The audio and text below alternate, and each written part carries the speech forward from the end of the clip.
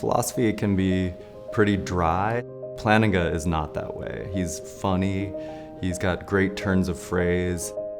He's got a mastery of what he writes that frees him up to move back and forth between serious philosophy and lightheartedness. Probably the most important philosopher of religion in the last 50, 60, 70, 100 years.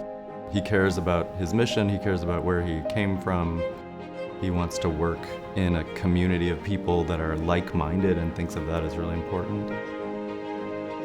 Al helped show a whole generation of philosophers that they could be excellent philosophers in metaphysics or epistemology or logic or philosophy of science, and also be able to show how those sorts of issues that they dealt with in that area had implications for philosophy of religion.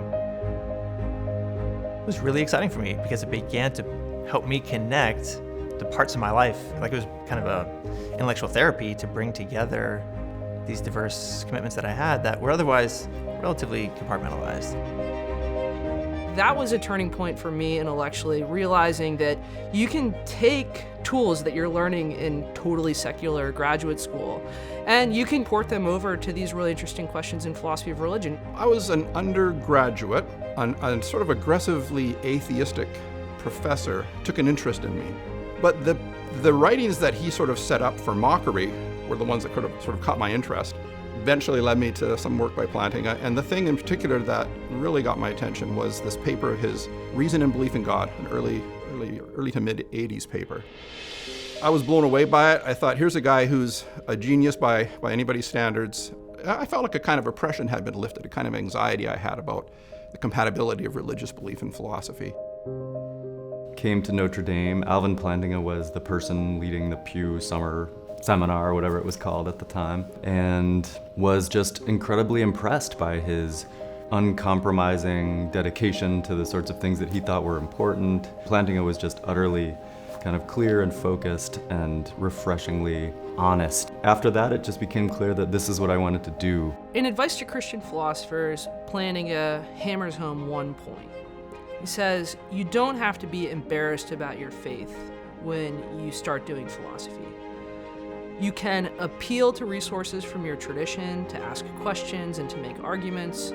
But more importantly, if you find that the questions that are dominating professional philosophy now are not the most urgent questions for somebody who's a Christian, you can have the freedom to ask your questions too.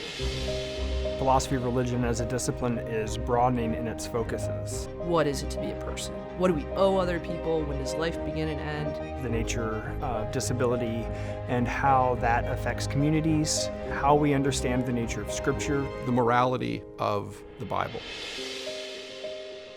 These questions that philosophers confront have to be reconfronted in every generation.